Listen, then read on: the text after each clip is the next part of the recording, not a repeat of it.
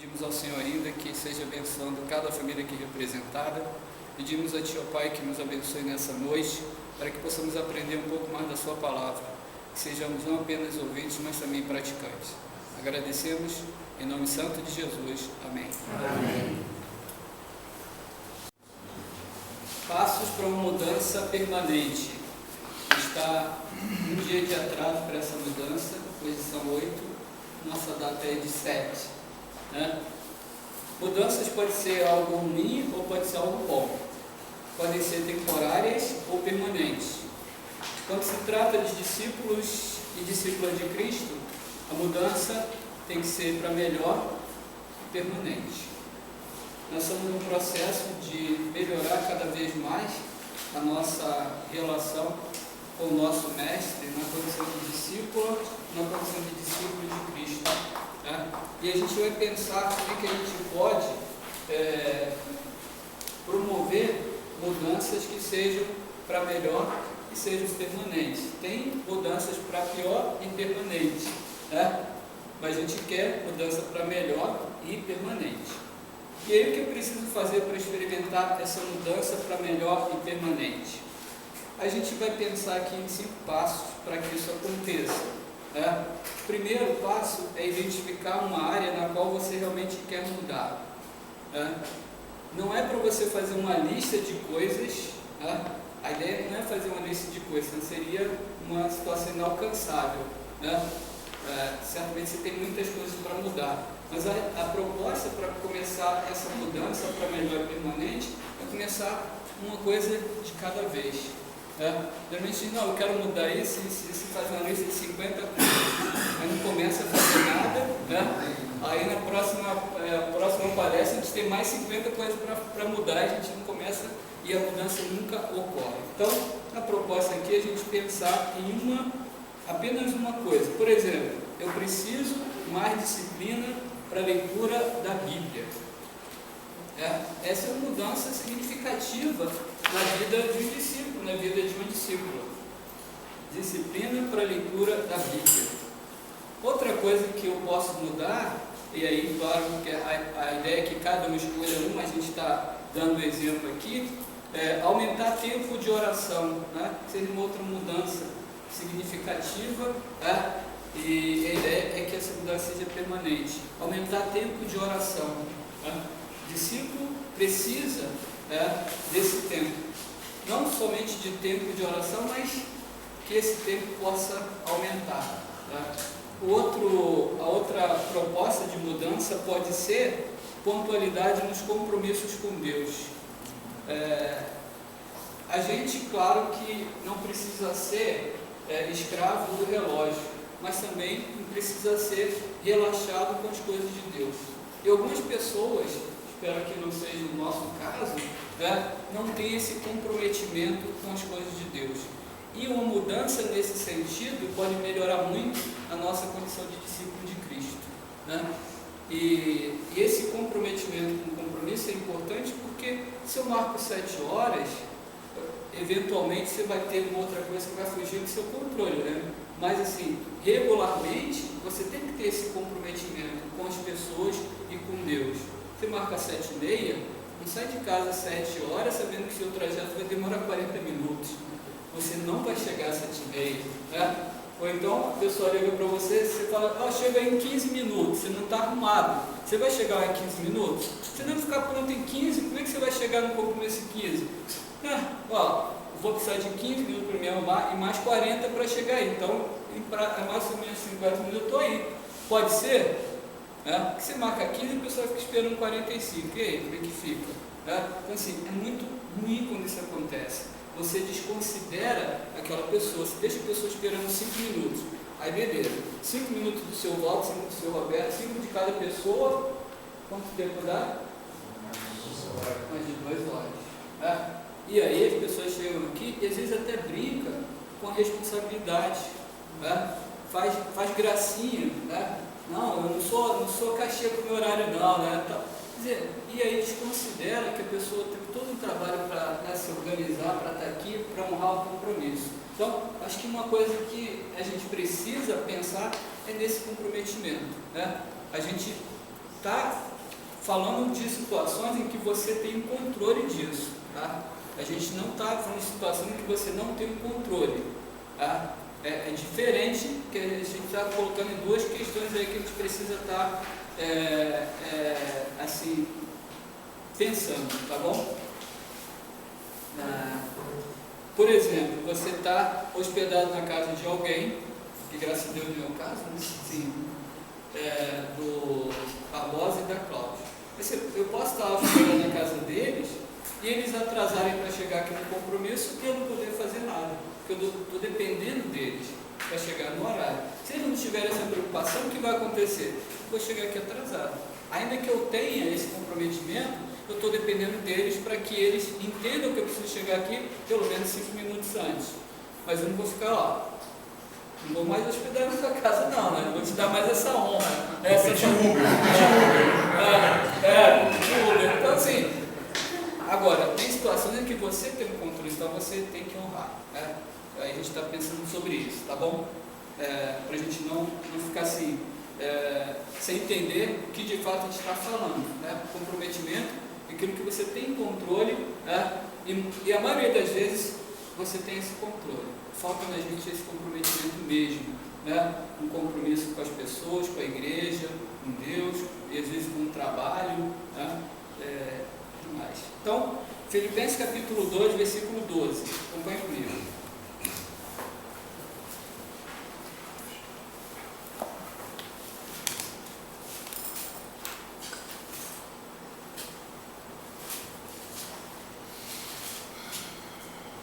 Filipenses 2, versículo 12. João, pode ler? 2,12. Assim, pois, amados meus, como sempre obedecestes, não só na minha presença, porém muito mais agora na minha ausência, desenvolvei a vossa salvação com temor e tremor. Quando a gente se torna discípulo de Cristo, a nossa vida deve ser um desenvolvimento com temor e tremor, tá? Esse temor e tremor tem a ver com esse comprometimento com os compromissos que a gente tem com Deus, tá? Então, é como se a gente não levasse tão a sério essa relação que a gente tem com Ele. Outras coisas ganham prioridade, né? E não as coisas de Deus. Então, esse temor e esse tremor talvez contribua para a gente levar um pouco mais a sério essa questão do nosso compromisso com Deus, tá? E aí, claro, para aquelas pessoas que têm mais esse comprometimento, não tem assim, coisa pior do que você começar o culto, por exemplo, e ter meia dúzia de irmãos, daqui a pouco chega um, aí chega outro, aí chega outro, aí já tira a atenção de quem está, né, quem está dirigindo os cânticos, fazer a oração, e fica uma coisa meio que sem reverência, né? Isso é bastante desagradável, né? Então vamos lá. O segundo passo, pratique a fé. O que é isso?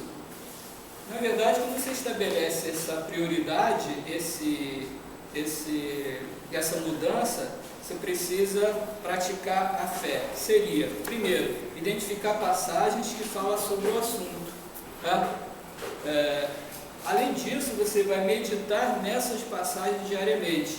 Vai contribuir para que você promova essa mudança permanente, que é identificar passagens que falam sobre o assunto e meditar nessas passagens diariamente.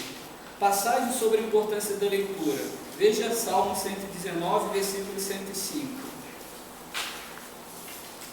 Então, aí você começa a, de alguma forma, esse seria o segundo passo nessa mudança permanente, a condição de discípulo a discípulo de Cristo, que é você meditar nessas passagens que tem a ver com a mudança que você está propondo, né? No caso específico aqui, a gente está falando sobre disciplina para a leitura da Bíblia. Então, se eu estou querendo mudar, né, fazer uma mudança permanente, radical, na minha disciplina para a leitura da Bíblia, eu preciso ter passagens bíblicas que possam estar me ajudando a me comprometer com essa mudança. Por exemplo, Salmo 119, versículo 105. Seu Walter, por favor. Eu prefiro Pode ser outra pessoa? De repente não é. Pode ser, Ana Luísa? Lâmpada para os meus pés é a tua palavra, e luz para os meus caminhos. Então, se essa palavra é o que ela diz ser, então vale a pena eu estar me disciplinando para que eu tenha o quê? Mais leitura dessa palavra. Né? Então, lâmpada para os meus pés é a tua palavra e luz para os meus caminhos. Então a palavra é lâmpada e luz. Lâmpada porque vai guiar você e luz porque vai te dar o quê? A direção que você vai chegar. Então, pensar na disciplina para a leitura da palavra de Deus passa por aí, de você pensar em algumas passagens bíblicas que falam sobre isso e meditar sobre elas, tá? Isso seria o segundo passo. Apocalipse capítulo 1, versículo 3. Vamos lá para o último livro do Novo Testamento. Apocalipse capítulo 1, versículo 3. Pedir ao Marino para ler. Agora você vai para o final da feira. Não quis cooperar naquela hora. Olha lá, Apocalipse 1, 3. Marino, por favor. Feliz aquele que lê as palavras desta profecia, e felizes aqueles que ouvem e guardam o que nela está escrito, porque o tempo está próximo. Isso, então, bem-aventurado aqueles que leem e aqueles que ouvem a palavra. Então, se a minha proposta é mais disciplina na leitura, essa passagem aqui é importante para eu meditar, né? A importância de ler e de ouvir a palavra de Deus, né? E aí eu dou um passo para essa mudança. Tiago capítulo 1, versículo 22 a 25.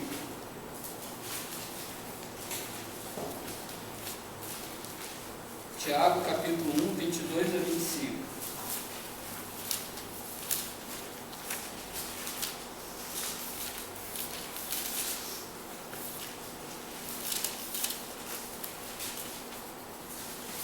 Todos acharam?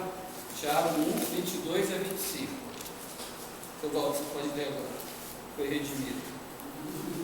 Sede praticantes da palavra e não somente ouvintes, enganando a vós mesmos.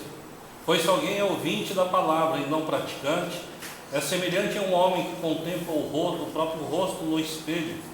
Porque ele se contempla, vai embora e logo se esquece de como era.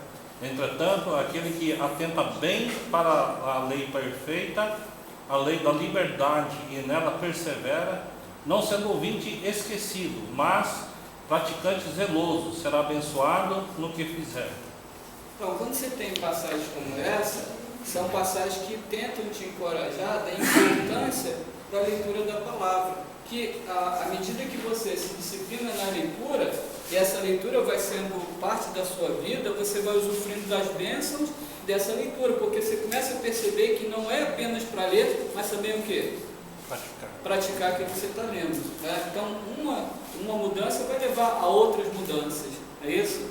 Então, a ideia é justamente essa, pensar na bênção da leitura da palavra de Deus. Alguma coisa tem que me encorajar a essa mudança, tá?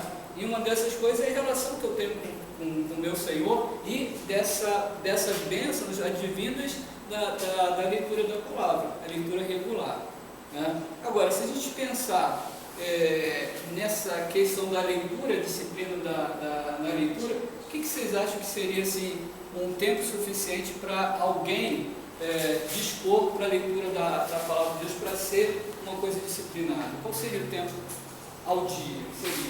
Alguém tem uma sugestão? Antes de deitar, ao acordar e nas refeições. Sim, mas quanto tempo? Quanto tempo? O tempo de cada oração? Não, a gente está falando de leitura. De leitura? É. Tá. Desculpa. Agora. 15 minutos para poder absorver a cachola? Como é que chama lá o... Violeta. Menos de Quem tem outra sugestão? Menos de meia hora para mim não dá. Uma hora. Por dia. Uma hora ao dia. O que mais? Eu estava pensando em 40 minutos, 20 para leitura e 20 para meditação. Tá bom. Quem tem outra sugestão? 2 horas. 2 horas. Seria... Então, na verdade, o tempo mínimo que você precisa é de 15 minutos. Tá? É um pouquinho. Tempo mínimo de 15 minutos, para você criar o hábito da leitura. Tá? Então, se você faz isso regularmente, obviamente que à medida que você vai tomando gosto, né, pela leitura, você pode aumentar para 20, para 25, e quem sabe, né, chegar a como é que chama? Essa leitura ideal de 2 horas, né, assim, ao dia. Mas se você quer disciplina em relação a essa área, 15 minutos ao dia. E aí a questão é 15 minutos ao dia, né, todos os dias, para você ter essa disciplina. E no espaço de 21 dias, pelo menos, você já vai ter criado o hábito. E aí, o que é ideal? Você estabelecer o mesmo horário sempre para dispor desses 15 minutos. Por exemplo, vai ser antes de tomar café, então, todos os dias, antes de tomar café, 15 minutos de leitura. Vai ser antes de dormir, né? Não pode ser depois de dormir, né? Mas sim. Tem gente que planeja a leitura assim, né? Começa a leitura, daqui a pouco está dormindo. Então, né? Preferência não deitado na cama, porque você já começa. Exatamente. Então, se vai ser antes de dormir, então, todos os dias antes de dormir. Manter essa regularidade, porque aí você acostuma o seu cérebro, a sua cabeça a pensar sempre naquele mesmo horário. Acho que o ideal é de manhã, que você está com a mente descansada, não é? E aí você vai poder meditar melhor. Algumas pessoas, né, até, né, conseguem, né, de manhã estar com a mente descansada, outras pessoas não, mas eu acho que vai de cada pessoa, né? Vai de cada pessoa. Acho que é uma questão de você saber qual é o seu limite e a disponibilidade que você tem, né? Para algumas pessoas vai ser melhor de manhã, que você já acorda naquele pico, outras pessoas preferem à tarde. Enfim, qual que é o correto? É não deixar de fazer leitura. Né? E também é procurar concentração para fazer leitura. Né? Porque se for para ler o texto e pensando lá outra coisa dentro, você não vai. Aí não.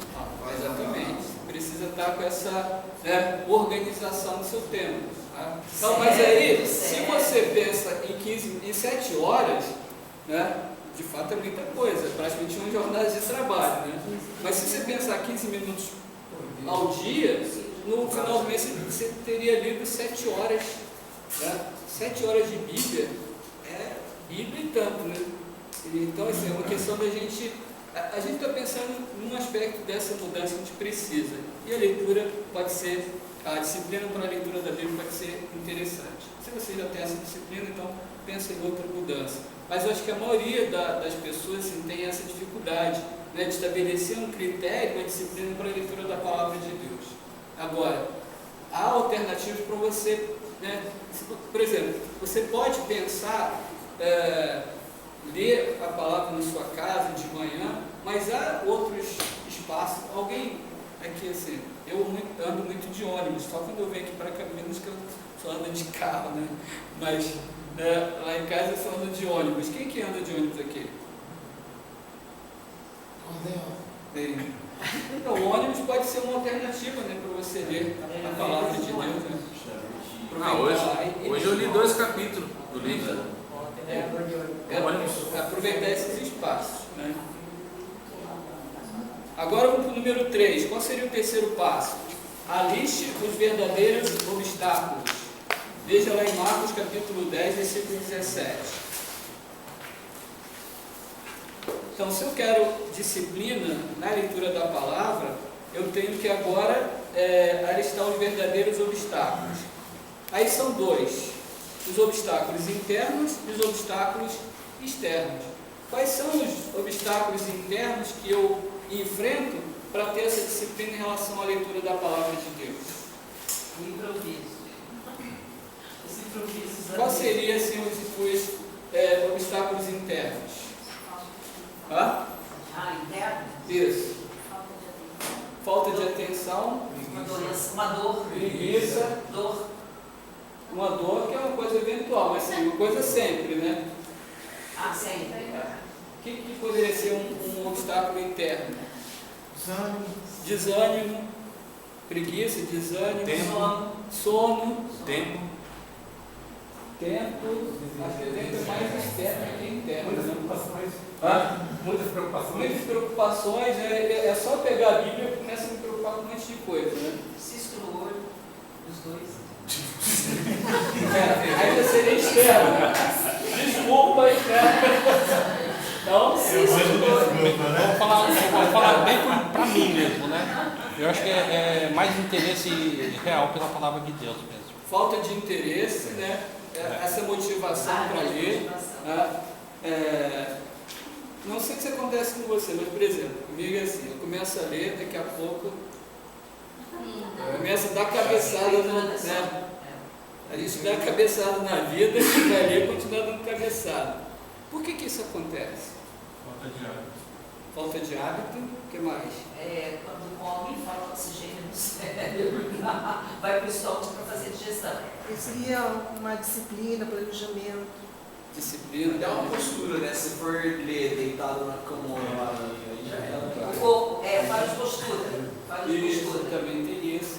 Só que é o seguinte, estudar é algo exterior para a gente. Ler é algo exterior. Quem que nasceu lendo aqui? Ninguém nasceu lendo. Certo? Quando a gente começa a ser alfabetizado, a gente começa a ler. É como se o nosso corpo recebesse um corpo estranho, a nossa naturalidade. Quando isso acontece, o que o corpo vai fazer? Vai reagir.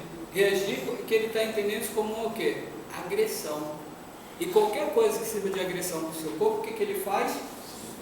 Vai tentar se livrar. E qual é a reação que ele tem? Quando ele percebe que você está forçando uma coisa que não é natural do seu corpo, ele vai provocar o quê? O sono. Porque se provoca o sono, você vai fazer o quê? Você vai descansar, e é tudo que o seu corpo quer que você faça. Tá? Então, e aí o que a gente tem que fazer? Encarar isso como uma coisa natural, até certo ponto. Mas a gente pode lutar contra isso. Aí a gente começa a pensar nas alternativas que pode ser feito para isso. Né? E aí o que a gente faz quando começa a dar sono? Você pode ter a reação que o seu corpo quer que você tenha. Quer fazer o quê? Fechar e vai para a cama. Quando você vai para a cama, você consegue dormir? Não. Está vendo que é uma reação do seu corpo em relação àquela situação estranha que ele está enfrentando? Porque senão você, tudo que eu queria, né, ter sono agora para dormir essas 8 horas, 10 horas, sei lá, 12, 14, 16, sei lá quanto tempo você precisa. Então, o que você precisa fazer? Quais seriam as alternativas?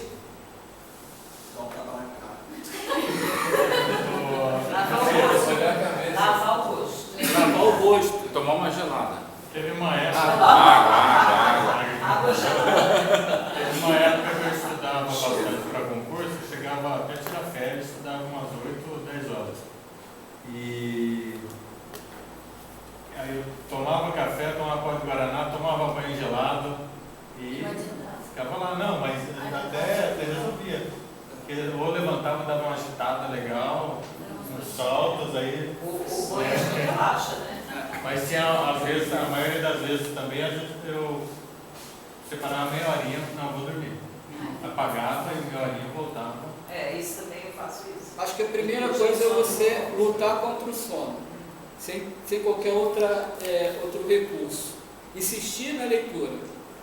Um recurso também que dá muito certo é você lavar o rosto com água gelada. Tá? Lavar o rosto com água gelada. Dá muito certo. Tá? Dá mais certo que você tomar café, porque o café você precisa que ele surta o efeito, né? Demora um pouco. E a água não, você lava o rosto com água gelada. Claro que você não vai, né? Assim, agora eu vou colocar água para gelar, né? Eu preciso, né? Assim, não, você tem que deixar a coisa pronta, né? Que aí deu sono, você vai lá, lava o rosto. De preferência, você não seca o rosto logo, deixa um pouco, né, daquela coisa no seu rosto. Depois vai você molhando no chão, né? Aí você vai secando assim e manda ver de novo. Aí você vai perceber que isso vai dar muito certo. Você começa a criar o hábito especialmente se você fizer no mesmo lugar, no mesmo horário. Tá? Então, seria a ideia de você pensar, e quais seriam os obstáculos externos? Quais seriam os obstáculos externos? O tempo. Hã? Esse eu já citei. O tempo. Tempo. O que mais? Barulho. Tá? Nossa, barulho é terrível. O que mais? O que a Beth falou, dor nos olhos, né? Cisco nos olhos. cisco nos olhos. O que poderia ser obstáculos externos? Internet. Internet, Televisão. vídeos muitas vezes, televisão, então, qualquer coisa que, né, contribua para que você não tenha essa disciplina pode ser considerado obstáculos externos. Na verdade, é o que Jesus falou, né? O espírito está sempre pronto, mas a carne é fraca de carne. Isso. E quer alimentar, né? Então, essa passagem de Marcos capítulo 10, versículo 17, é daquele homem que queria dar vida eterna. Tá? E no final, o que ele fez? Desistiu. Desistiu. Mas, antes de tomar a decisão, ele fez o quê? Alistou os verdadeiros obstáculos, internos e externos. Tá? Às vezes a gente olha para esse cara com uma certa negatividade, mas claro que ele não tomou a decisão certa, mas se você pensar, ele tomou a decisão certa porque ele sabia que se ele continuasse ou começasse, ele não ia conseguir. Foi sincero. Foi sincero. Então ele avaliou, tanto é que o texto diz o quê? Ele foi triste porque era dono de muitas posses. Então, quando você quer mudança, você tem que avaliar esses obstáculos internos e externos. Né? É o texto lá de Marcos capítulo 10, versículo 17. O quarto passo seria ter vários encontros divinos. O que seria isso? Ter vários encontros divinos.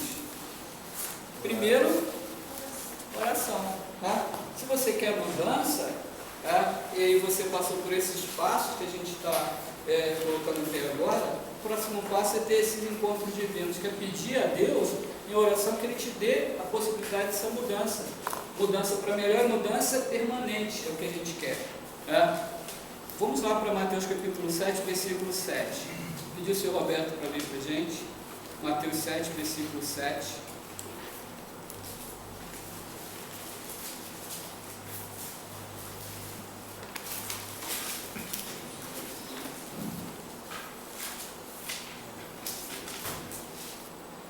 Peçam e lhes será dado, busquem e encontrarão, batam e a porta lhes será aberta. 8.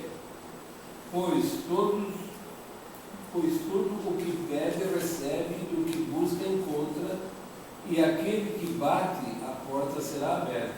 Isso, obrigado, senhor Roberto. Então, o próximo passo seria o quê? Ter esses encontros divinos. Pedir a Deus em oração que Ele te dê essa disciplina.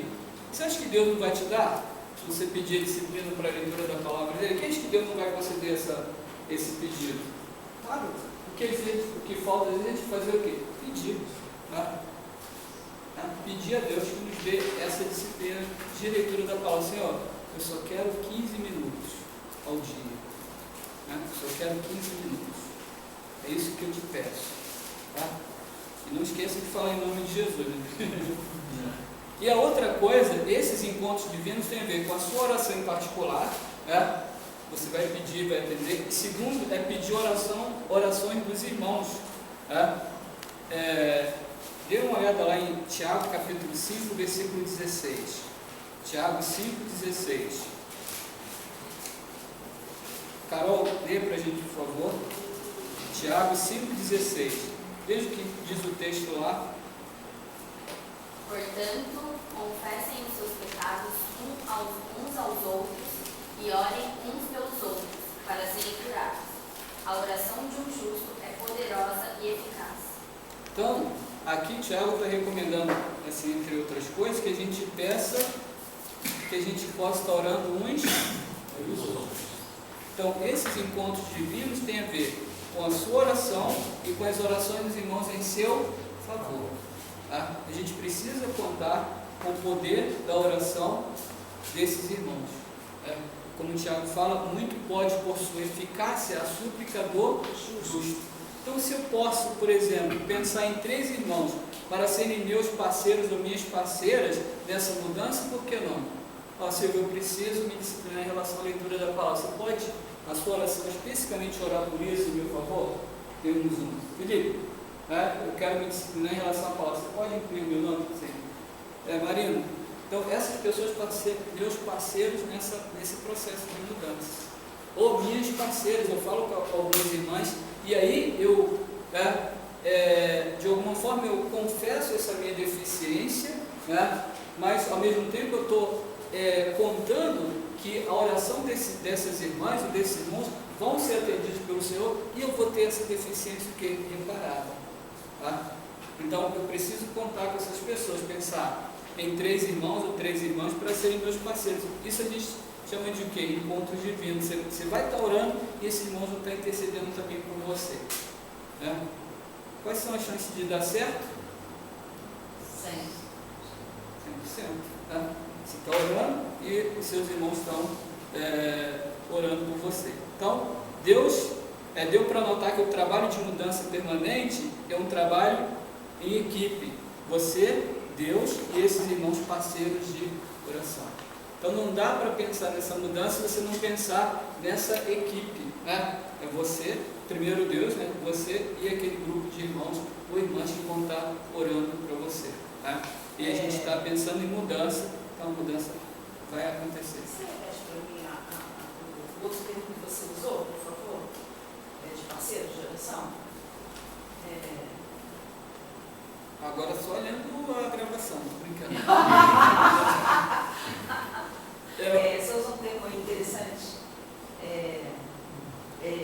Parceiro de oração. Isso. Que intercede junto com para o pedido que você tem. Acho que agora eu não vou conseguir resgatar. O parceiro que você falou foi o Felipe e o Marinho. Isso, eu pensei que como o Tiago fala, a gente pode contar, muito pode por sua eficácia a súplica do justo. Então eu vou contar com alguns parceiros de oração nessa mudança que eu preciso. Aí eu falo com o Silvio, falo com o Felipe, falo com o Marinho. A senhora fala com a Patrícia, fala com a Carol, fala com a Cláudia. E aí, como eu falei, de alguma forma a gente se coloca, confessa essa deficiência e conta com as orações dessas irmãs que serão nossas parceiras na oração. Então, aí você chama, aí perdi a frase, mas tudo bem. Também perdi. Importante entender. Então, lamento, mas eu não consigo resgatar. Encontros divinos. Então, aí... acho que é isso. Encontros divinos. Isso, então isso tem a ver com os encontros de obrigado, Felipe. Isso é muito importante para mim. Sim. Então seria essa a ideia. Então o trabalho em equipe, você, Deus e esses parceiros, essas parceiras de oração nesse processo de mudança.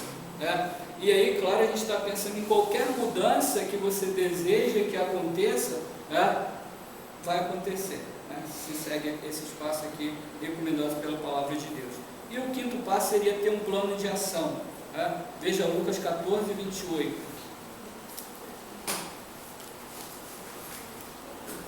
Lucas 14, 28.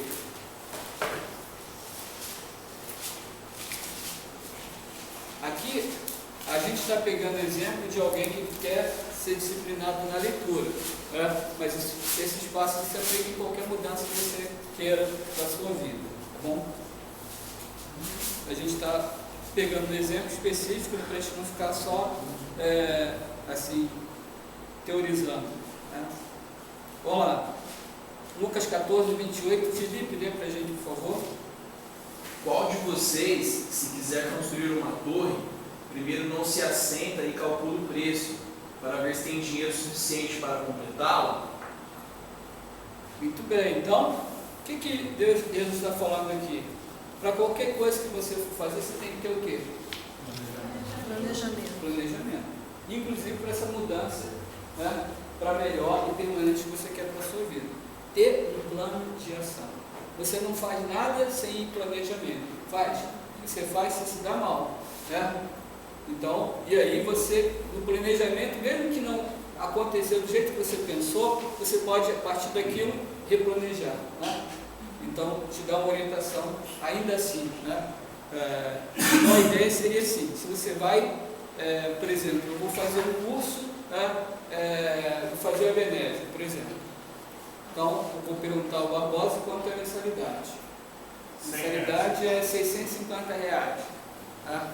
Aí eu, R$650 dá para pagar.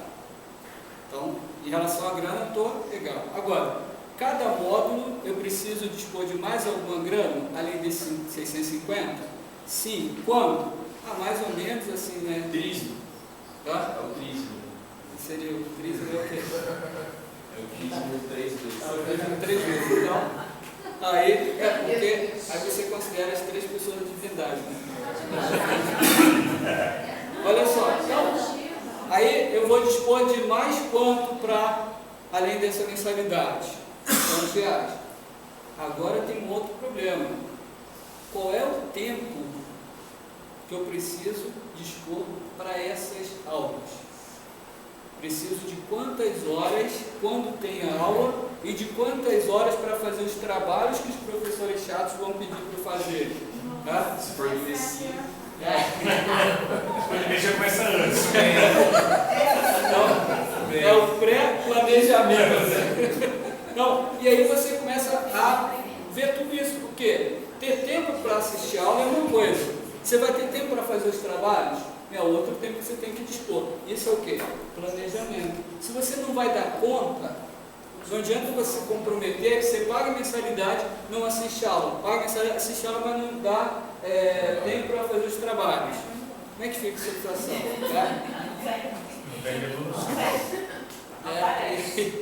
E o dinheiro não se devolve, né? Então essas coisas assim. Então, tem que ter o quê? Um planejamento, né? E a gente está falando de crescimento como discípulo de Cristo, como discípulo de Cristo. E se não houver esse crescimento, esse planejamento, não vai haver mudança. Tá? Então o primeiro passo seria: onde posso reaproveitar o tempo desperdiçado ou mal utilizado? Tá? Veja, eu estou precisando de tempo para ler a palavra de Deus. E só 15 minutos que eu preciso. Mas eu preciso pensar onde que eu posso reaproveitar o tempo desperdiçado ou mal utilizado. Eu fico muito tempo assim na televisão. Rede social. Redes sociais, por exemplo, quanto tempo eu fico? Eu posso tirar 5 minutos daquele tempo extenso que eu fico, então eu já ganhei 5 minutos. Eu assisto muito televisão, então eu diminuo aquele tempo, porque assim, você tem o mesmo tempo que todo mundo tem. O que falta é você otimizar esse tempo. Isso está sendo mal utilizado. E esse tempo que você está perdendo, você pode aproveitar para quê? Para provocar essa mudança, né, que você precisa da leitura da palavra de Deus. Então, o primeiro passo é: onde posso reaproveitar o tempo desperdiçado ou mal utilizado? 2 minutos aqui, 5 minutos dali, daqui a pouco você tem o quê? 15 minutos disponíveis.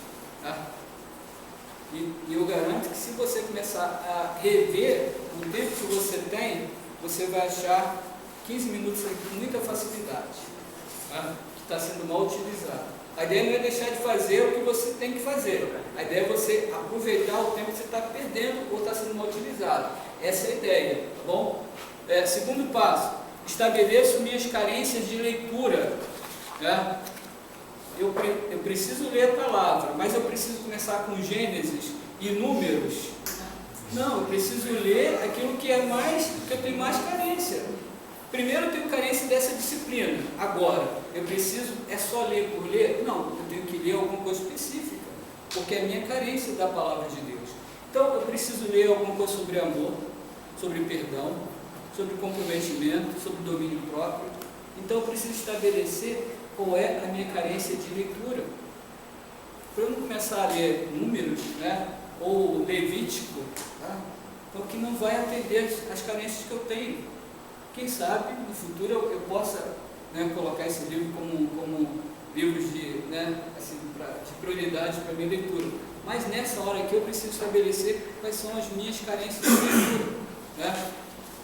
Então, e o quarto passo seria, escolho os livros ou passagens específicas que me proporcionarão imediatamente suprimento dessas carências. Então, eu sei que eu quero aprender, ler mais sobre o amor. Então, quais os livros do Novo Testamento que vão me ajudar? Eu vou lá e listo. Tá? Eu preciso aprender mais sobre perdão. Tá? Como é que eu vou... quais são as leituras, capítulos? Às vezes eu preciso separar capítulos da Bíblia e não livros que vão diretamente atender essa minha carência. Então eu vou lá e vou alistar aquilo que eu preciso. Tá? Às vezes é um livro que eu preciso sobre aquele assunto. Tá? Então eu vou alistar aquele livro. Isso significa que você, a Bíblia, certamente vocês já tiveram aula sobre isso, ela não tem uma ordem cronológica dos livros que foram escritos, né? Ela está distribuída por temas assim, literários. Então significa que se você começa a ler Apocalipse, você não está pecando sem ler Gênesis, né? Não, é você que vai montar a sua leitura a partir da carência que você tem, né? Vamos lá. Terceiro passo, escolha o livro, as passagens específicas e ali. Quarto passo, avaliar o progresso. Tá? Isso faz parte do seu plano de ação. Não adianta você passar por esse processo e não ter uma avaliação. Como é que eu estou, né, progredindo? Tá? Eu estou sendo regular nesses 15 minutos diários? Eu estou sendo irregular? Essa semana, quantas vezes eu deixei de ler os meus 15 minutos? Uma vez, 2 vezes? Ou eu fui irregular eu fui assim, constante nessa leitura, de todos os dias, inclusive no domingo? Então, eu vou avaliando, tá? E isso vai também me ajudando a replanejar. Não, semana que vem eu vou me organizar para não deixar nenhum dia sem a leitura, tá? E aí de manhã não dá certo, eu começo a ler, nem com água gelada, nem tomando banho de água gelada dá certo. Eu tenho que pensar em outro horário que vai me proporcionar uma tranquilidade na leitura. E aí você vai revendo tudo isso. Tá? Então essa é a ideia. Tá? E aí, para a gente concluir, o discípulo de Cristo vai experimentar essa mudança permanente à medida que seguir as orientações estabelecidas por seu mestre Jesus.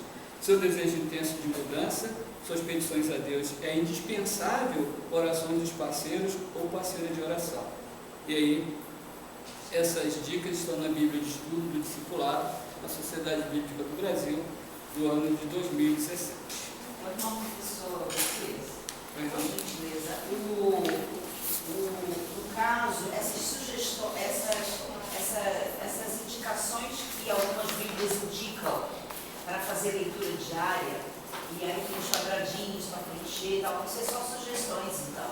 Não esse é o melhor método que o senhor acabou de falar, é o melhor método, mas quando você finalizar e você já trabalhou essa carência, você procura saber qual a outra carência para ver se é o melhor método, não aquele que está lá nas indicações da Bíblia. A gente não está... A questão não é ser qual o melhor método. Depois disso é bom seguir. A ideia é que assim, a gente está pensando em que essas indicações aqui possam estar suprindo essa carência nossa. E que não se aplica só na leitura na disciplina em relação à palavra de Deus, mas em relação à oração, por exemplo, né? Em relação a relacionamento com os irmãos. Então, é a proposta inicial da nossa introdução, para listar alguma coisa que você gostaria que houvesse essa mudança permanente. Mas como a gente está, né, para pensar uma coisa mais generalizada, a gente sugeriu a leitura da palavra de Deus, mas pode ser qualquer mudança que a senhora tenha necessidade urgente de que aconteça. Tá? Alguém tem mais um comentário, uma pergunta em relação ao que a gente acabou de fazer? Falar? Não? Muito bem. Essa Bíblia de estudo do discipulado é legal? Ela vem com essas dicas. Isso, tem muitas dicas em relação a essa questão do discipulado, né? E na verdade como a gente assim, é convidado para dar um módulo do Ebenezer, então a gente vai se preparando, né? E às vezes você faz um levantamento da bibliografia, né? Daquilo que pode estar servindo. E nem sempre dá para você avaliar a obra inteira, mas você consegue pegar algumas coisas que poderão contribuir bíblico para o estudo. Então, assim, eu não posso assim, garantir, né, que seria uma coisa, né, até eu coloquei na bibliografia, então, mas é uma coisa que eu não li assim, totalmente, diferente desse livro que eu indiquei para vocês e dos outros livros que a gente, né, assim, colocou na bibliografia. Mas essas partes que eu consegui ler, inclusive, né, contribuíram aqui para essa nossa reflexão, tá bom? Vocês só mais um comentário, eu estava lendo aquele livro aí que assim, de pouca gente tem para o trabalho, e para ajudar, né, também na leitura, e eu verifiquei que lá tem um item em que ele fala sobre a música. Ele cita vários, tudo que eu verifiquei que na Igreja de Cristo está correto, e aí depois ele fala música, e música a gente leva instrumento, e a gente sabe que o instrumento não é, Cristo não se agrada com os instrumentos, a não ser que fosse lá de Davi, né? Não tem mais de Davi. E aí, nesse caso, com todos os livros que a gente lê, que a gente vê alguma coisa, a gente peneira e elimina isso para, mesmo que seja um autor, escritor conhecido e famoso e que está indicando, a gente peneira isso, né? Certo, sim, essa é a ideia. Todos os livros geralmente vem alguma coisa que não bate, né? A única assim, fonte de leitura que a senhora vai ter plena certeza que não vai ter nenhum erro é a palavra de Deus. Tá? Então, qualquer outro livro que a senhora lê, seja de irmão nosso ou pode ter uma pressa ou uma superação. Claro que a gente sabe que nossos irmãos não têm essa intenção de repente falar alguma doutrina errada, né? Ou tentar distorcer o princípio bíblico, mas essas pessoas são tão humanas quanto nós somos, então isso pode ocorrer de esses irmãos cometerem um outro erro. Quando isso acontecer, qual é o nosso papel? Não fazer, ou não obedecer, no caso. Qual é o nosso papel? Chegar ali e falar. Ah tá, mas ele é o escritor, a gente não tem contato, né? Não, no caso você tem um contato. Então, seu papel é conversar com a pessoa. Irmão, eu entendi isso mesmo que você falou, né? Assim, a gente não está acostumado com esse tipo de próximo. Aí porque às vezes a pessoa fala uma coisa e você entende outra, né? Aí você esclarece realmente aquilo que a pessoa quer dizer. Foi isso mesmo que o senhor quer dizer, a pessoa vai assumir, não, foi isso, mas por que o irmão está pensando desse jeito se, né, assim, biblicamente a coisa é dessa forma, né? Uma pregação que fez, um estudo que deu, qualquer coisa. Exatamente, porque qualquer pessoa, assim, ser humano, está corre o risco de errar. Então, e esse nosso processo, a gente cresce quando a gente erra, especialmente quando alguém que nos ama nos corrige, em vez de ficar falando com outra pessoa, né? Que eu cometi o erro, em vez de falar diretamente comigo. Então, essa é uma forma de amor. Lembra que uma das virtudes de Cristo que deve ter no discípulo é o amor? Então, quando alguém comete um erro, você percebe esse erro, de qualquer natureza, você tem a obrigação de conversar com essa pessoa. Ir lá pessoalmente. Não importa se você tem um dia de batismo ou 30 anos de batismo. Importa que aquela pessoa precisa da sua ajuda. Porque ela cometeu um erro, intencionalmente ou não, ela precisa ser corrigida. E você que percebeu é que vai assim, ser usado por Deus para ajudar aquela pessoa naquele crescimento. Aproveitando essa fala sua, quando eu for abordar alguém em relação a isso, é viável, mais viável que eu aborde dizendo assim, onde está escrito isso? Sim. Essa é a melhor forma, né? Eu acho que você está fazendo, ou falando uma coisa que não está aqui. Você pode, a ideia é chegar com uma certa humildade, né? De preferência em particular com a pessoa. Irmão, você falou isso, né? Foi isso mesmo que você quis dizer, eu entendo diferente, né? A gente pode chegar a um acordo, né? Assim, né? Mudança que o irmão está trazendo que a gente não conhece ainda, né? Tem uma base bíblica para isso, a ideia é conversar. Obrigada. São 8h30, nosso intervalo que horas? 9 horas. 9 horas, tá bom. Então, vamos pegar o nosso livro, A Treliça e a Videira, capítulo 3. Vamos lá. E aí, isso é uma coisa que deixa uma lição positiva, pode ser uma reflexão em cima da história que você está colocando, que está diretamente ligada àquele tema que você está propondo. Tá? Então tem que estar assim, com essa coerência. Né? Tá bom? Então, o nosso próximo passo seria definir definição do termo na Bíblia, Velho e Novo Testamento. Na hora que a gente está pensando, assim, quando a gente fala sobre esse trabalho, a gente está assim, contando com recursos que você já tem. Né? Por exemplo, você vai falar sobre oração, você deve ter algumas passagens na sua cabeça que você já leu ou alguém já falou sobre oração. Qual é o tema qual desses temas que estão aqui é estranho para você?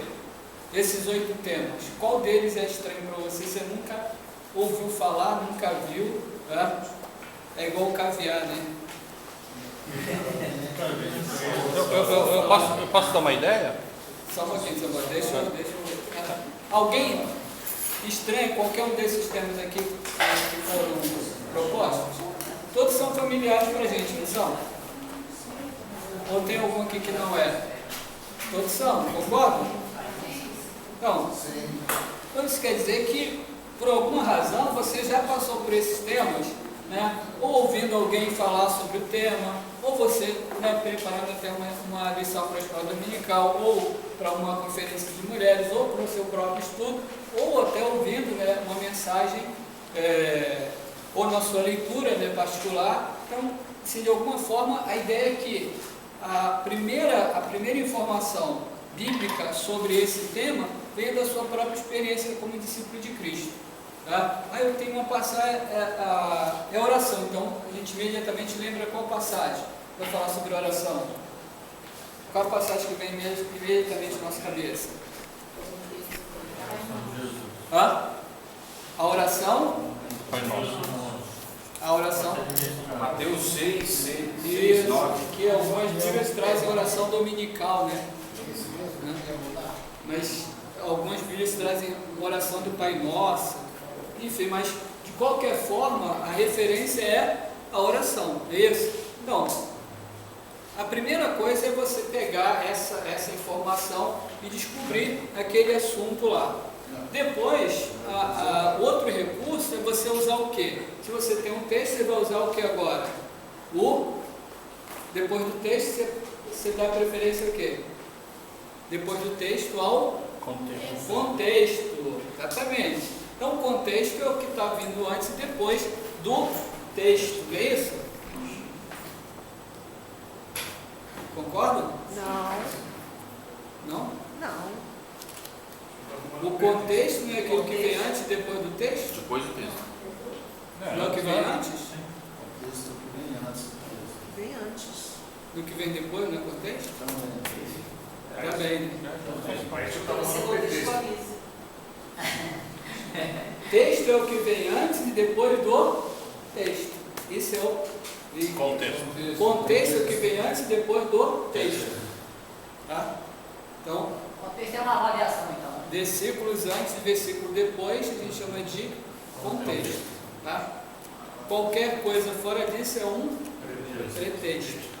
Né? Então, aí você tem o texto e agora o contexto. É isso? Não, o contexto vai ser a sua informação imediata daquele tema que você está abordando. Seu Walter, eu queria falar. Não, você falou que queria um exemplo, né? Aí se você quiser comentar sobre sociedade, por exemplo, assim, né? Parar de usar a oração aos nomes altos. Não, mas assim, a gente está. Mas se aplica a qualquer assunto, né? Não, aí você tem o contexto, né, do seu texto, é a sua referência imediata, é isso? Então você vai olhar o texto, tá? Esse texto e o seu contexto é que vai te dar a definição do assunto que você está estudando, abordando, tá? Para você não fugir do texto, que essa é a proposta, tá bom? Então, você tem o texto, agora o contexto. A outra coisa que você usa como recurso é o quê? São as referências paralelas da sua Bíblia. Tá? Algumas Bíblias trazem no meio, ou às vezes embaixo, no rodapé, referências que têm a ver com aquele assunto que você está lendo. Tá? E às vezes no próprio texto, logo abaixo do tema, tem referência Mateus, Marcos, Lucas, João, tal, para você acompanhar. Tá? Então, especialmente quando se trata dos 4 primeiros evangelhos, não os 3 primeiros, os 4 são chamados de evangelhos sinóticos, né? Então, o próprio texto preparado por essas editoras trazem as referências logo abaixo do tema. Está lá, se está em Mateus, ele coloca Marcos, capítulo tal, versículo tal, Lucas, João. Tá? Não, essas referências são as próximas referências da sua pesquisa. Tá?